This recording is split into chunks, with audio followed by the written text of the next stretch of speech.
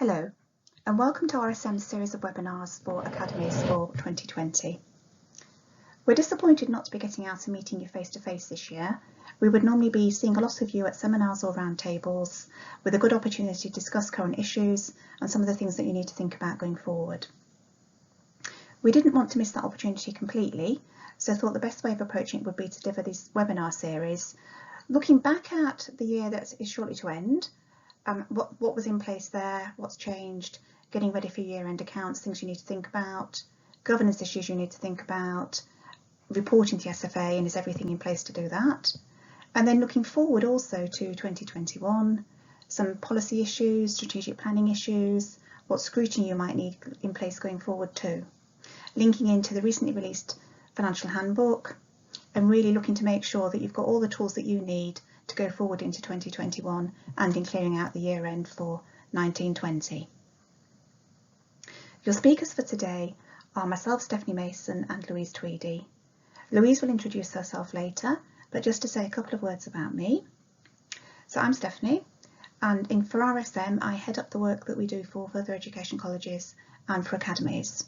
So that means that I look at our strategy and lead what we do within the sector. In terms of my client-facing roles, I do a lot of work with the SFA, particularly around funding. I then get involved in consulting, particularly around risk management, governance, board assurance frameworks, which I'll touch on at the end of this, and also looking at due diligence, rebrokering, academies between trusts. So really anything that on the advisory side I get involved in. And of course, as a firm, we get very much involved in terms of external audit and internal audit. So I'll now move on to the next slide and talk about what we're going to talk about today. So going forward with today's webinar, I'm going to talk briefly about the series and what we're going to cover in the rest of the series, look at some of the challenges that the sector's facing. Louise is then going to talk about internal scrutiny, what you need to do for 1920, and also some thoughts in terms of 2021. And then at the end, I'm going to look at taking it further, taking it beyond scrutiny and what else you might be doing in terms of making sure that the Board of Trustees have assurance that things are operating in the way that they think they should be. This slide does look like a busy slide, but really it's something that we use to aid discussion. So how we often use it is in seminars, webinars, partly as an agenda, partly as a guiding point, something to refer back to. But more frequently, we use it in meetings with our clients. That might be a meeting with the management team, with the audit committee, or the board, as a guide to talking about key issues, key challenges that the sector and individual academies trusts are facing. So in different meetings, we'll drill down into more detail in different areas, depending on your individual circumstances. But we find producing something like this sort of each year actually it helps as a really good tool to aid those discussions and make sure that the important things aren't missed. So what we're going to do in our series of seminars and webinars is to have one that covers each of the quadrants on this diagram.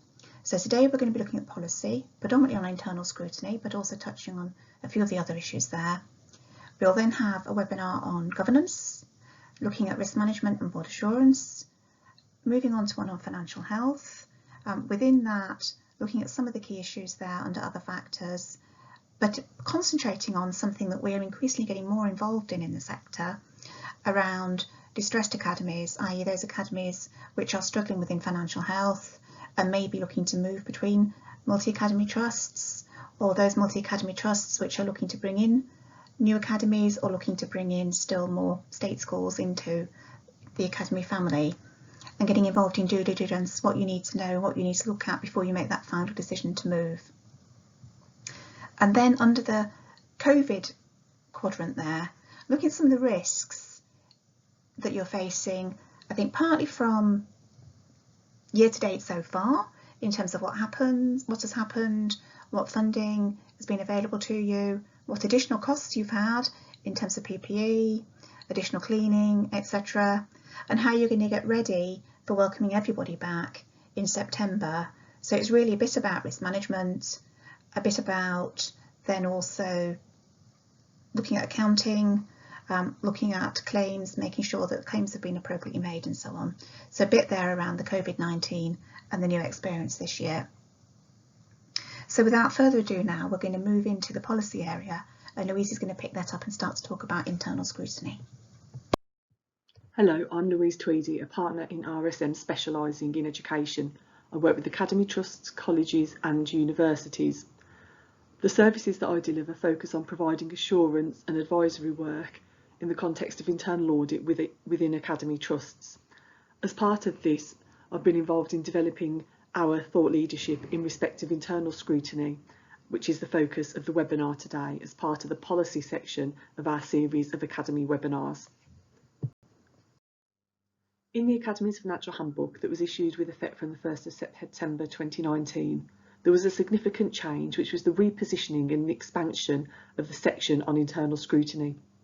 In the 2018 edition, this was a subsection of the main financial and governance requirements, whereas in the 2019 version and in the new 2020 version, which was issued recently in late June, it's now a separate section in its own right, which very much reflects the increased importance attached to this area of work.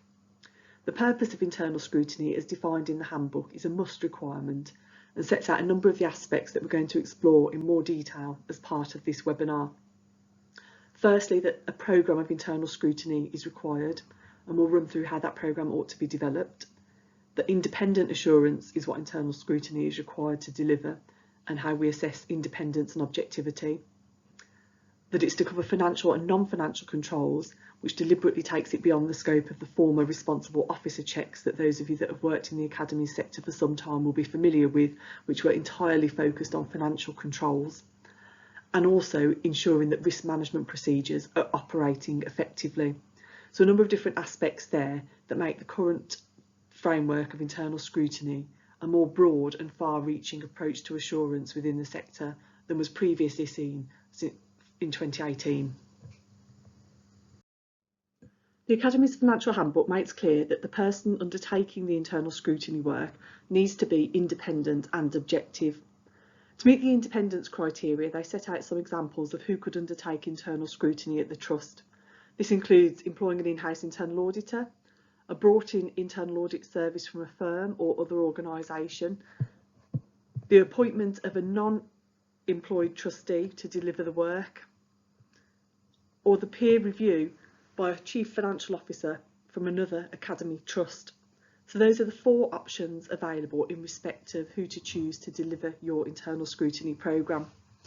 Where the work is undertaken by an auditor, it states that they need to be a member of a relevant professional body, and where it's undertaken by a trustee or a peer reviewer, they should have appropriate qualifications in finance, accounting or audit, and also have appropriate internal audit experience.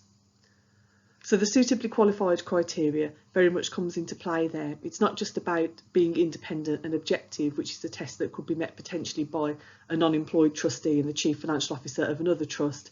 It's that they are suitably qualified, and then with experience, it's that appropriate internal audit experience is held.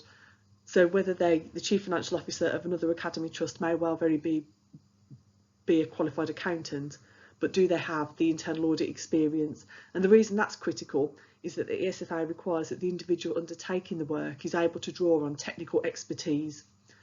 And the fact that the scope of the work has now been expanded beyond financial audit, review of financial related internal controls, this is the reason why having appropriate internal audit experience is a key requirement for the person or firm that delivers your internal scrutiny. Where it's delivered by a non-employed trustee, they may meet the independence test, but do make sure that they are fully independent and objective in their own mind. If they've been a trustee for some time, the level of independence and objectivity when reviewing the systems and processes at your Academy Trust could be impaired just by the very nature of being close to you as an organisation, and the fact that they're a trustee who will have been involved in setting and approving some of the policies and procedures against which they're now undertaking the internal scrutiny work. So do make sure that you do consider how you can evidence that the tests of independence and objectivity have been met. There's a requirement that the Audit and Risk Committee has approved and directed the programme of internal scrutiny. Setting the programme of internal scrutiny requires considering the risk profile of your trust. What are the risks on your risk register? How have those been identified? How have they been assessed? And how are they being mitigated? And where you rely on controls to manage down the gross level of risk to an acceptable residual level, those are areas where internal scrutiny can add value.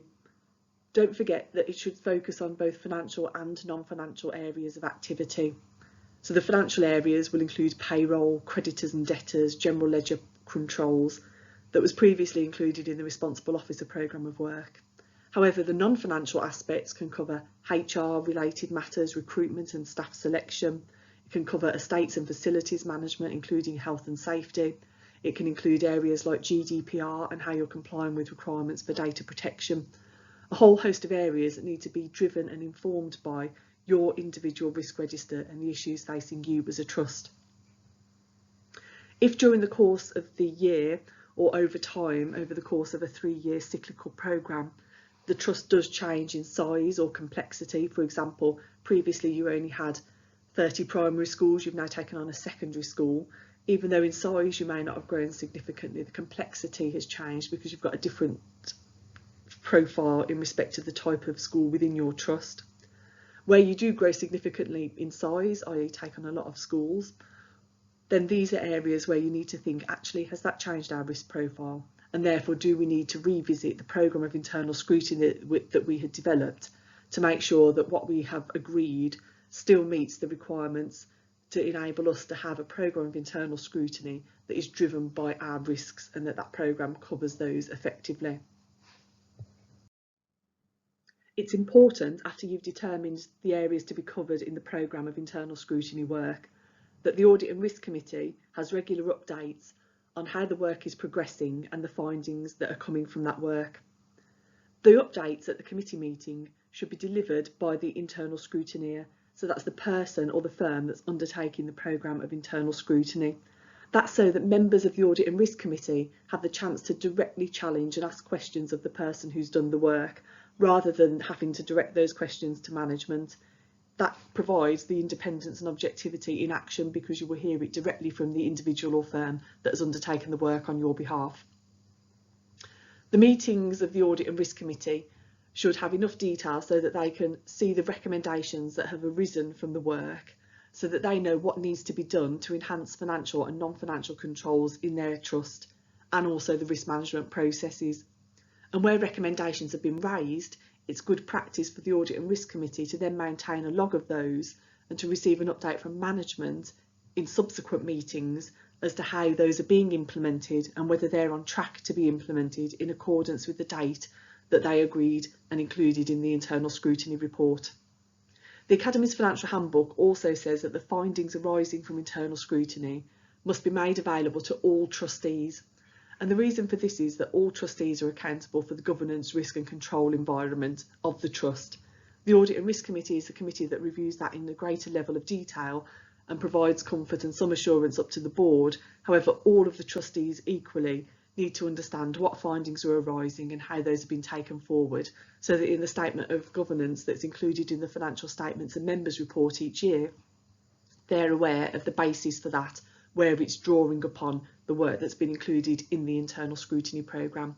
Also, the trustees themselves may have areas that, wider than membership of the Audit and Risk Committee, that they would like internal scrutiny to cover, and providing them with the findings of the work to date gives them the opportunity to contribute to that discussion about what ought to be in the programme, and also to be aware of what's arose from the programme, from the findings of the work undertaken to date. Annually, a summary report must be produced by the internal scrutineer that sets out the areas they have reviewed during the course of the academic year, the key findings that have arisen from their work based on the risks and the areas that have been reviewed as part of the programme, the recommendations they've raised to improve the financial and non-financial control environment and to improve and enhance the risk management procedures, and also the overall conclusions from their work. That annual summary report is a key document that should go to the Audit and Risk Committee, but also then follow through to the Board of Trustees, so that everyone's aware of the overall outcome, drawing together all of the individual pieces of work that have been done and reported to the committee on a progress reporting basis throughout the year. to provide an overarching perspective on the governance, risk and control environment that exists at the Academy Trust. As I said at the start, the ESFA has very much raised the profile of internal scrutiny, and this is reflected in the way that internal scrutiny is used to inform other processes that exist at the Academy Trust. So the governance statement that accompanies your annual accounts must state which internal scrutiny option you chose. Did you appoint an individual? Did you employ an in-house internal auditor? Did you employ a firm? Did you use a peer review, or did you use one of your trustees? You need to be able to say which option you chose and why you chose it. So if you've had the same option for quite some time, it's perhaps time to reflect on why you've got that way of delivering your internal scrutiny, and that you can justify how that meets the tests that we went through in respect of independence, objectivity, being qualified and experienced, and being able to draw on that technical expertise associated with internal audit. The accounting officer, which is the chief executive of the trust, their statement of regularity needs to be informed by the outcome of the internal scrutiny work. So where there are any high-level findings or negative outcomes arising from the work, that should be reflected in that statement, so that it's drawing together the overarching perspective of governance, risk and control and regularity. The report that's produced, the annual summary report, has to be submitted to the ESFA each year when you send in your audited annual accounts, and the ESFA also reserves the right to request any of the individual assignment reports that are noted and included as part of that overarching annual summary report. Therefore, it's really important, given that profile, that the annual summary report is very clear on how the programme was derived, how it links to your risks, how you're getting that comfort that those processes are working effectively in practice, and pulls together the overarching outcomes from the work so that it reflects and meets the requirements of the annual summary report for that third-party audience, the ESFA. In summary, in respect of internal scrutiny, these are the key questions to ask yourself. Who is going to deliver your internal scrutiny programme? Will it be a firm? Will it be a person? Will it be a trustee? And how will you justify which basis you've chosen, and include that in your statement of governance that you submit annually as part of your accounts? What approach will you take? Will you have a full internal audit scope that provides an overarching annual opinion, or will you commission discrete individual assignments on particular areas of your risk and control environment? Where will the work be undertaken? What will its focus be? Will you cover all schools in your trust? Will it just be a sample of schools? Will it be focused on HQ? Where will that work take place? Think about when the work will take place and make sure there's a good flow into each meeting of the committee. You don't want all of the work coming through in a bunch at one meeting. It's building up that picture of your risk and control environment over the course of the academic year and having reports received at each meeting. Why the areas that are in the plan? Why have those been included? It must be driven by your risks. Make sure that you revisit that for 2021. In the current climate, risk is likely to have changed, and therefore the areas of focus for your internal scrutiny programme may also need to change. So think about that and be content that you can see the connection between your risks and the areas being covered in the programme of internal scrutiny. And then lastly, how, as we are in a pandemic and the situation is very difficult in respect of on-site work, it is still appropriate to deliver work remotely. We have seen the Minister encouraging consideration of using remote means of delivery to support internal scrutiny activities during this period. That can then be balanced with in-person contact as and when appropriate. That can be through Teams as well as through other means. So just make sure you know how the work is going to be delivered so that assurance and comfort over your internal control, governance and risk environment can continue to be delivered on an ongoing basis throughout the difficult times that we're in right now. Thank you. Thank you, Louise. I just wanted to take the internal scrutiny a little bit further now and introduce you into the concept of board assurance, which is something that we'll talk on at more length in one of our later webinars. But what we're looking at here is ensuring that the Board of Trustees has assurance that the actions and controls that have been put in place to manage the risks that the Academy Trust is facing are actually working. We often talk about lines of defence or lines of assurance, effectively meaning the same thing, and how that might be put in place. Over the last 2 years, we've done a major project with FE colleges looking at that and put out quite a comprehensive report on ideas, pro forma board assurance frameworks that colleges might use. And earlier in this year, we launched that for Academies too. We held our first project in East Anglia back in February, which went really well and started to get some really good thoughts going, good ideas going as to how board assurance frameworks, looking at risk management, mitigating risks, what controls, what lines of defence assurances could be put in place for academies. And our plan there is to do the same, going around the country to produce a comprehensive output, giving you ideas that you can use for your own board assurance frameworks, or maybe just as a first phase, enhancing your risk registers. Because we're not able to meet face-to-face at the moment, we have put those on hold until next spring, because I think it is very much something that we need to do with you face-to-face. But here really is advance warning of what we'll be looking to do come February 21, and hoping to invite you all to that. Thank you very much for watching this first webinar in our series, and we hope that you found something useful to take away and apply in your academy trusts. If you would like any further information, if you've got any questions, the contact details for myself and Louise are on the next slide. Thank you.